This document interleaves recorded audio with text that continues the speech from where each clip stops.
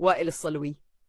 من بقالة الحي إلى ضمير التعليم في أحد أحياء نيويورك الصاخبة، يسطع نجم شاب يمني اسمه وائل الصلوي أو والي كما يناديه الأمريكيون، بعدما تحولت مبادرته البسيطة في سوبر ماركت صغير إلى قصة النجاح تهز قلوب الناس وتلهم العالم.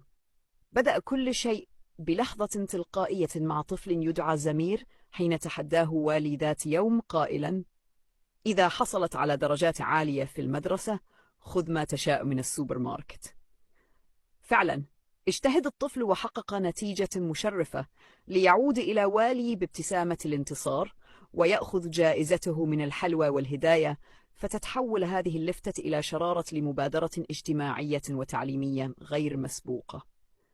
استحوت الفكرة على قلب والي، فقرر أن يعمم التحدي على كل أطفال الحي وما بعده.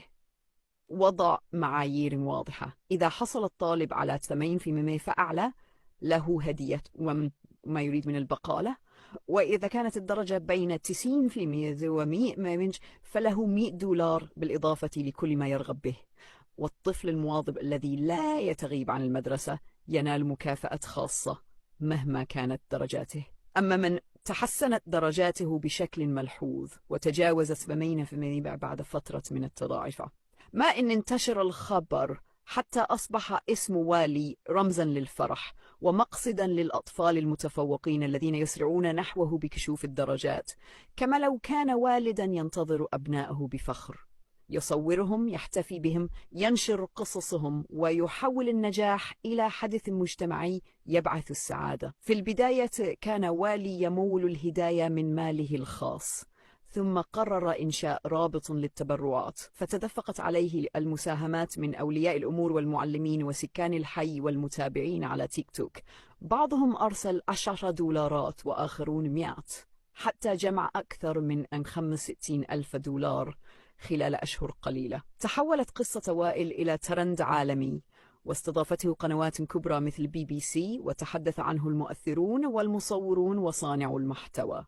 لم تعد المبادرة مجرد جائزة مدرسية، بل أصبحت نموذجاً ملهماً في تعزيز التحصيل الدراسي والتنافس الشريف، حتى أن تربويين أمريكيين أكدوا أن مبادرة والي رفعت نسب التفوق والتحصيل بين طلاب الحي بشكل لافت. وائل الصلوي ابن اليمن الذي هاجر صغيراً إلى أمريكا عام 2004 لم ينس ملامح وطنه، فحملها معه في قلبه ليرسم بها صورة مضيئة في بلد الغربة.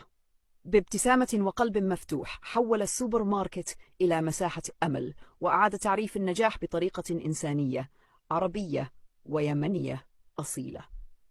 نحن هنا في آخر أزمنة العالم نتابع ابن الوطن بفخر، نرفع له التحية ونشكره 1000 مرة. شكرا يا وائل الصلوي، يا فخر اليمن ويا مرآة الجمال اليماني في العالم. شكرا لأنك تذكرنا دائما بما يمكن للخير أن يفعل وما يمكن لليمني أن يكون.